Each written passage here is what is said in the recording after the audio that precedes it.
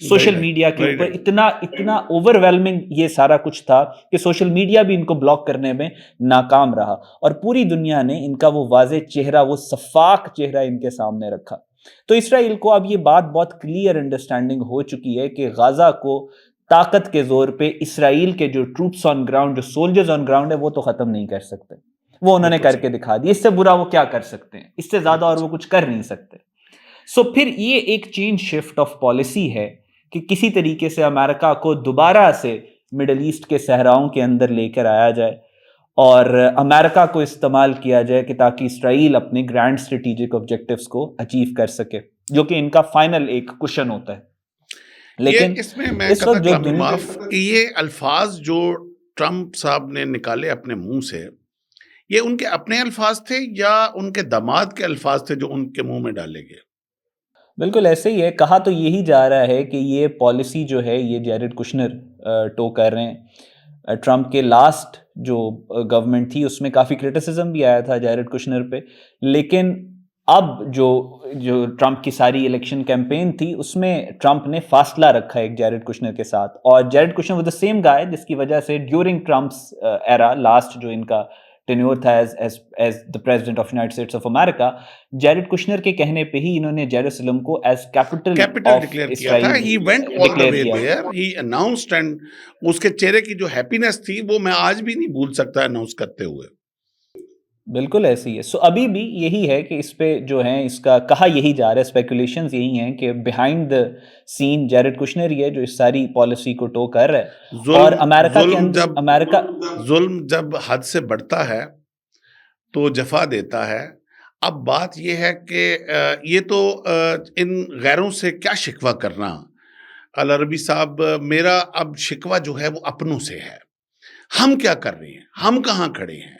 وہ ویژن جو ہمیں 1935 میں دی گئی، وہ ویژن جو 1930 میں دی گئی، وہ ویژن جو اقبال نے جس کو پورا کیری کیا، جو انکلکیٹ کیا ہمارے بلڈ میں، وہ ڈی این اے، جو قائد محترم محمد علی جناح صاحب نے جو بیان دیا اور جو ان کا پوائنٹ آف ویو تھا، اس سارے سینیریو میں ہم کہاں کھڑے ہیں؟ کیا کر رہے ہیں ہم؟ بات یہ ہے کہ اگر آپ پوری مسلم امت کو دیکھیں تو ایک ہم زوال کے دور سے گزر رہے ہیں، اس میں کوئی ڈاؤٹ نہیں ہے. اور اقبال نے اس کو بہت واضح طور پر ایکسپلین کیا تھا. امت کے جو عروج و زوال کے سارے معاملات ہیں اقبال سے بہتر اور کون جان سکتا ہے، اور اقبال نے بہت ڈیٹیل میں ایکسپلین کیا تھا. ابھی جو آپ ابھی اسے کہتے ہیں it's an open hunting season for Muslims, یعنی مسلمانوں کو ہر جگہ پہ ذبح کیا جا رہا ہے، ہر جگہ پہ قتل کیا جا رہا ہے، ہر جگہ پہ مارا جا رہا ہے. آپ پورا مڈل ایسٹ دیکھ لیں، آپ غزہ دیکھ لیں، آپ صومالیہ دیکھ لیں، آپ سوڈان دیکھ لیں، آپ ایران دیکھ لیں، آپ سیریا دیکھ لیں. یعنی اتنی بڑی ریاست، 70-80 سال پرانی ریاست کو 3 دنوں کے اندر ختم کر دیا گیا. اس کے بعد آپ لیبیا، ایجپٹ، ہر جگہ پہ آئے مسلمانوں کا. تو اقبال اس زمانے میں، because Iqbal could see ages، Iqbal could see centuries beyond his age، اور وہ کہا جاتا تھا he's a man of، Iqbal کے بارے میں یہ کہا جاتا تھا کہ وہ اپنے دور کے بھی مرد آزاد ہیں، وہ آنے والے دور کو بھی اسی طریقے سے دیکھ رہے ہیں. ولی تھے. میرا تو ایمان ہے کہ اقبال ایک ولی تھے. تو اقبال کو ایسے ہی اقبال نے اس کو بہت واضح طور پر ایکسپلین، اقبال سے اس وقت بھی کسی نے یہ سوال کیا تھا کہ مسلمان امت کا تو حال بہت برا چل رہا ہے، تو اقبال نے کہا تھا کہ اگر آپ نے ان ڈائنامکس کو سمجھنا ہے تو آپ کو مولانا جلال الدین رومی کے کلام میں ڈوبنا پڑے گا. اور مولانا جلال الدین رومی نے فرمایا تھا کہ ایک بلڈنگ کو جب نیا تعمیر کرنا ہوتا ہے نا تو اس کی جڑیں بھی اکھیڑ دی جاتی ہیں. سو اقبال نے یہی فرمایا تھا کہ ایک ہوں گے مسلم حرم کی پاسبانی کے لیے، نیل کے ساحل سے لے کے تاب خاک کے کاشگر، کریں گے اہل نظر تازہ بستیاں آباد، میری نگاہ نہیں سوئے کوفہ و بغداد. اور یہ اقبال نے فرما دیا تھا کہ آنے والے دور میں سبق پڑھ پھر صداقت کا، عدالت کا، شجاعت کا، لیا جائے گا کام تجھ سے پھر دنیا کی امامت کا.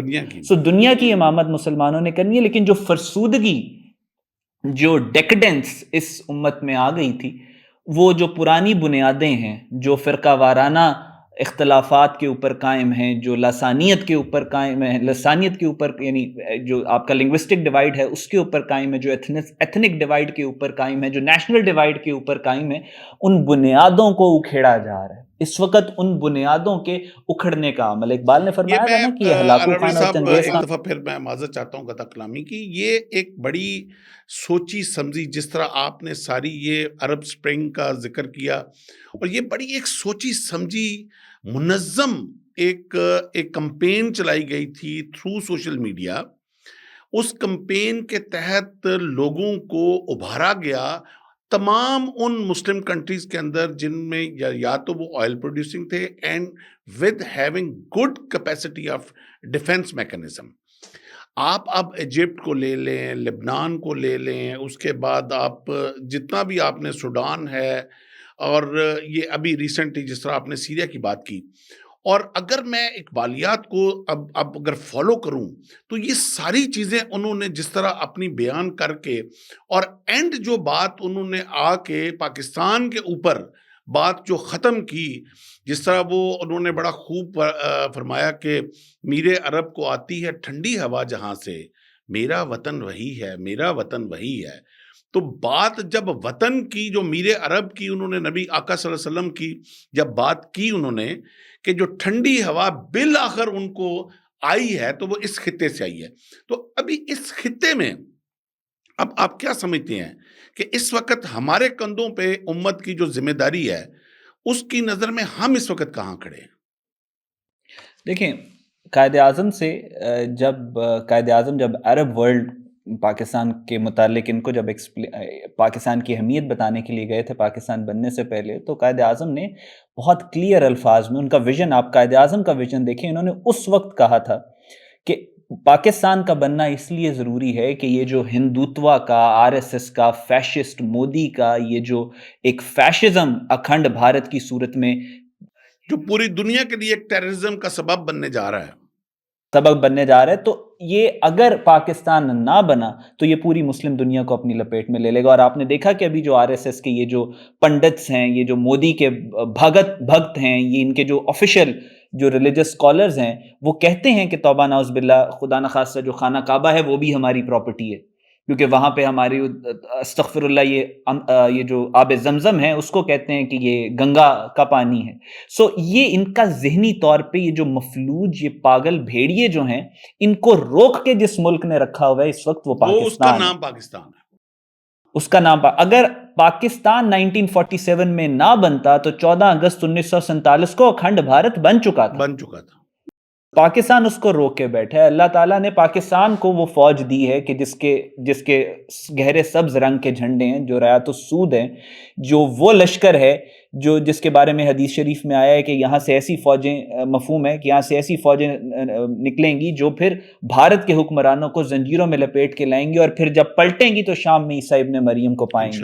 پھر رسول اللہ صلی اللہ علیہ وسلم نے اس طرح سے بھی فرمایا ہے، جس کا مفہوم ہے کہ ان فوجوں کے اندر آپ کو اگر جتنے بھی برے مشکل حالات ہوں، ان فوجوں کے اندر جائیں، اس کا حصہ بنیں، اس میں شامل ہوں، کیونکہ اللہ کے خلیفہ امام مہدی اس فوج میں ہوں گے انشاءاللہ. پر پھر اقبال نے فرمایا تھا کہ ہوئی جس کی خودی سب سے پہلے بیدار، وہی مہدی وہی آخر الزمانی. سو پاکستان، اقبال نے پاکستان کے بارے میں یہ ساری خوشخبریاں دی تھی کہ پاکستان نے ہی امت کو آگے جا کے لیڈ کرنا ہے. اقبال نے یہی کہا تھا نا پاکستان کے بننے کے متعلق. اقبال نے فرمایا تھا کہ 300 سال سے ہند کے میخانے ہیں بند، اب مناسب ہے تیرا فیض ہوا میں ساقی.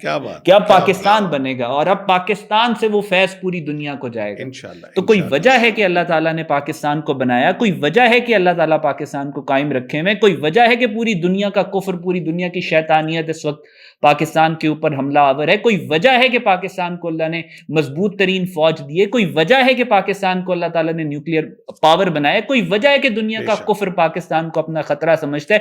کوئی وجہ ہے کہ مودی پاکستان کے خلاف بکواس کرتا ہے. کوئی وجہ ہے کہ نیتن یاہو کہتا ہے کہ پوری مسلم دنیا میں سب سے زیادہ خطرہ ہمیں پاکستان سے ہے. تو پاکستان کا تو رول واضح ہے، جو سمجھتے ہیں چیزوں کو، جو دیکھتے ہیں، ان کو پتہ ہے پاکستان. العربی صاحب، میرا دل نہیں کر رہا آپ کو انٹرپٹ کرنے پہ، کہ جس طرح میں سمجھ رہا ہوں آپ کے جذبات، لیکن چونکہ وقت کی تھوڑی سی قلت ہے تو یہ پروگرام انشاءاللہ ہمارے تواتر کے ساتھ جاری رہیں گے، اور ہم کنٹینوسلی ہم ملتے بھی رہیں گے. اور اس کے جو بڑا خوبصورت آپ نے جو بات کی کہ کوئی وجہ ہے جو پاکستان قائم ہے، جو وجہ، کوئی وہ وجہ جو ہے بڑی اس وقت واضح ہے کہ پوری طاغوت کی پوری تمام سپر پاورز کی ایجنسیاں مل کے جس ملک کو ختم کرنے کے در پہ آئی ہوئی ہیں، اور آج وہ ملک ہمیشہ جتنا اس کو دبایا جا رہا ہے وہ اتنی ہی اسٹرینتھ کے ساتھ واپس اٹھتا ہے۔